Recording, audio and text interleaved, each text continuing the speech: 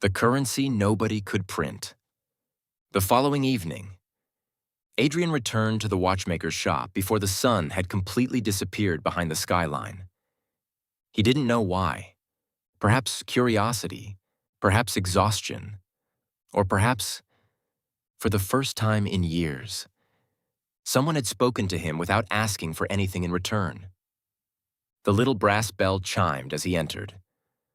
The old watchmaker was polishing an antique clock no larger than a teacup. Without looking up, he said, "I wondered how long it would take." Adrian smiled faintly. "You expected me again?" The old man nodded. "People who discover they are poor always come back." Adrian laughed. "You keep calling me poor." He glanced at the expensive watch around his wrist. "My investment portfolio says otherwise." The watchmaker finally looked at him. "I wasn't talking about your bank account." Silence. The old man walked toward a wooden bookshelf. Instead of books, the shelves held glass bottles. Hundreds of them. Every bottle carried a handwritten label. Age 10, age 18, age 25, age 42. Each bottle was filled with tiny white grains. Some were nearly full, others almost empty. Adrian stepped closer. "What are these?" The watchmaker gently picked up one labeled age 80. Only a few grains remained. He held it toward Adrian. "Imagine that every grain represents one day of your life." Adrian stared silently. "If you were blessed to live 80 years, the old man continued, "you would receive roughly 29,000 days." He tipped the bottle slightly. A single grain rolled into his palm. "You spend one, and it never returns." He let the grain fall into an empty wooden bowl. The tiny sound echoed through the quiet shop. Click. So small. So ordinary. So easy to waste. The watchmaker smiled sadly. "And yet, nothing in the universe is more valuable." He handed Adrian another bottle. Its label read, "Today." Inside, there was only one grain. "What happens when today ends?" Adrian asked. The old man answered softly, "It disappears forever. No bank can save it. No government can replace it. No billionaire can purchase another. No scientist can invent more." He paused. "There is only one factory that produces time." Adrian looked around. "Where?" The old man placed his hand over Adrian's heart. "Here. And every sunrise, the factory opens.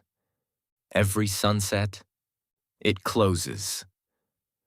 The room grew quiet.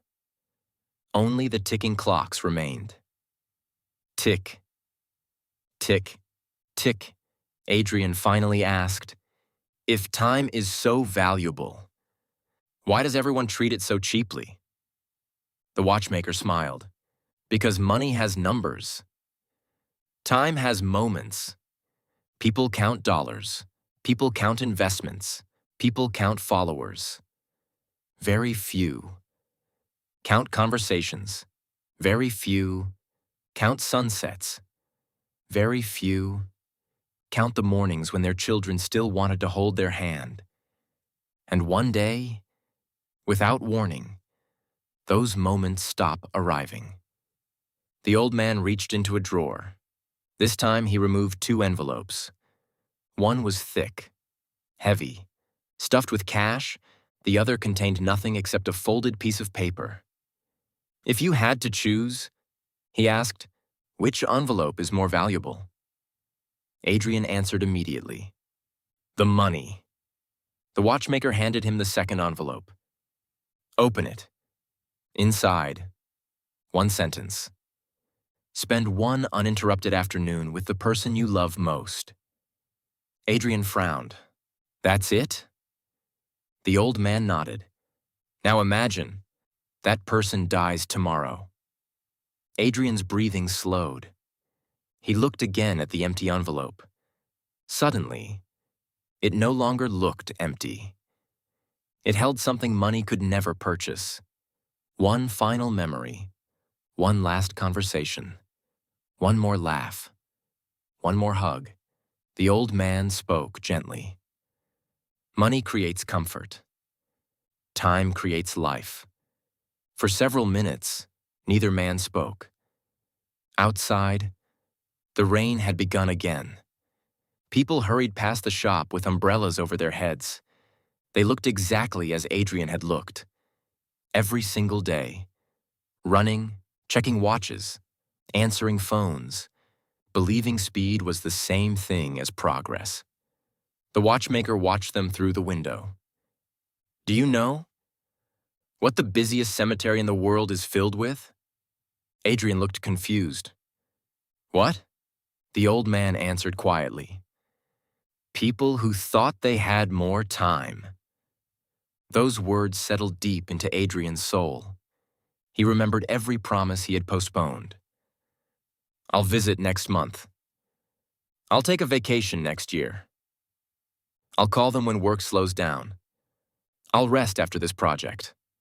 Later, later, later. His entire life had been built upon one dangerous word. Later. The watchmaker lit a small candle. The flame flickered softly. He placed it between them. What do you see? A candle. The old man smiled. I see a life.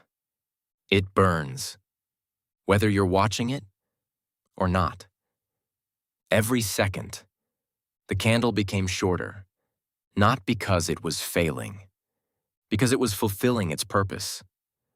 So should we. Adrian leaned back. I've spent years learning how to make money. The watchmaker nodded.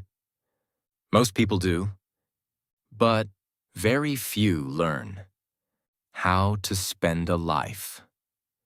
The old man walked toward the large grandfather clock at the back of the shop. Its pendulum continued its calm, steady its swing. He stopped it with one finger. For the first time, every clock in the room seemed louder. Then, he released it. The pendulum began moving once more. You can pause a clock. He smiled. But never time. As Adrian prepared to leave, the watchmaker handed him a small leather notebook. The cover carried no title, only one sentence embossed in gold. Where did today go? What is this? Adrian asked. The old man answered, every night, before you sleep. Write where your day went. Not where you planned it to go. Where it actually went. He smiled knowingly. You may discover that your life is quietly being spent by things you never consciously chose. Adrian slipped the notebook into his coat. For the first time, he felt richer, not because he had gained anything, but because he had finally understood what he had been losing. As he stepped outside, the city lights shimmered through the rain. Everything looked the same. The buildings, the traffic, the noise. Yet something inside him had changed forever. He no longer saw hours.